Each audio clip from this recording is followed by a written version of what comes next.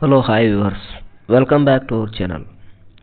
So ಈ ವಿಡಿಯೋದೊಳಗೆ ಮುಂಬರುವ ಕೆಸೆಟ್ ಮತ್ತು UGC ನೆಟ್ಗೆ ಕೆಲವೊಂದಿಷ್ಟು ಪ್ರಾಕ್ಟೀಸ್ ಕ್ವಶನ್ಸನ್ನು ನೋಡ್ತಾ ಹೋಗೋಣ. ಅದರ ಜೊತೆಗೆ 2 to 3 ಕ್ವಶನ್ಸ್ ಪ್ರೀವಿಯಸ್ ಇಯರ್ ಕೆಸೆಟ್ಟಲ್ಲಿ ಕೇಳಿರ್ತಕ್ಕಂಥ ಕ್ವಶನ್ಸ್ ಕೂಡ ನೋಡ್ತಾ ಹೋಗೋಣ.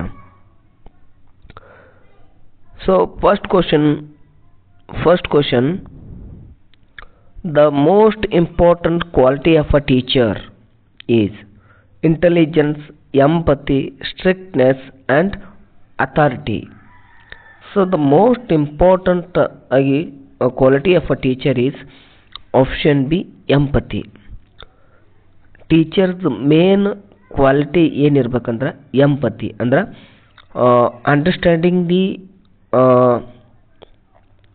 understanding sharing the feelings of a student.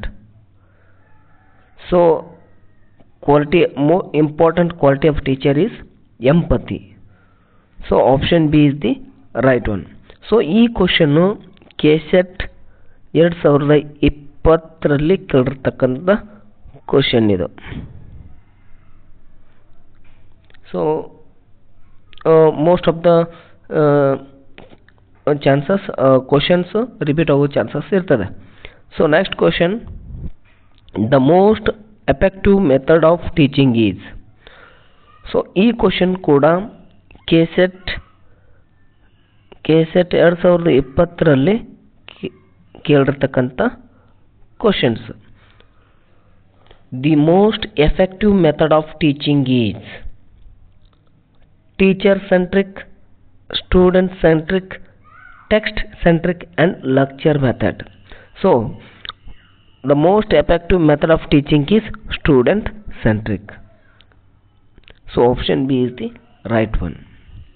Next question, which of the following is not a teaching skill?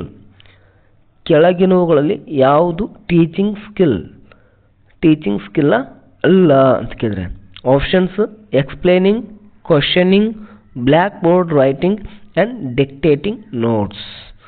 So explaining, questioning and blackboard writing, these are the teaching skills. See option D, dictating notes, this is not a teaching skill. So A, B, C, these are the teaching skills. So option D is the right one. Next question, the main objective of teaching is completing the syllabus, facilitating learning, conducting examinations, giving homework. The objective of teaching is facilitating learning. So option B is the right one. And more next question, teaching is a successful when. Teaching is a successful when.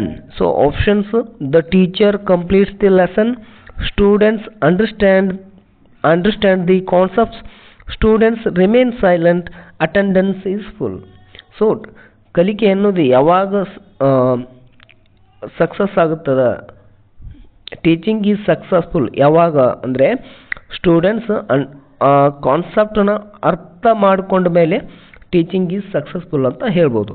So ಇಲ್ಲಿ ಸರಿಯಾದ answer option B, students understand the concepts. So next question, which communication is most effective in teaching? One-way communication, two-way communication, written communication only, visual communication only. So which communication is most effective in teaching? Teaching ಅಲ್ಲಿ ಯಾವುದು communication effective ಅಂತ ಕೇಳಿದ್ರೆ, so one-way communication, two-way communication ಅಂತಿದೆ.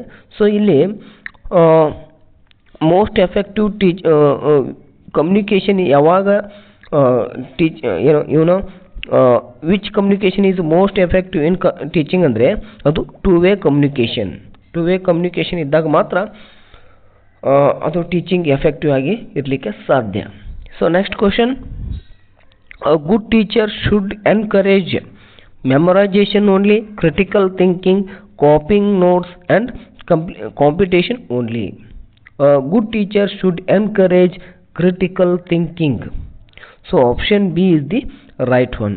And next question, the role of a teacher in modern education is controller, facilitator of learning, examiner only, lecturer only. The role of a teacher in modern education is facilitator of learning is the right one for this question. So ಇಲ್ಲಿವರೆಗೆ ನೋಡಿರ್ತಕ್ಕಂಥ ಕ್ವಶನ್ಗಳಲ್ಲಿ most of the questions repeat ಆಗೋ chances ಇರ್ತದೆ. So if you like this video, please subscribe my channel for more videos. Thank you.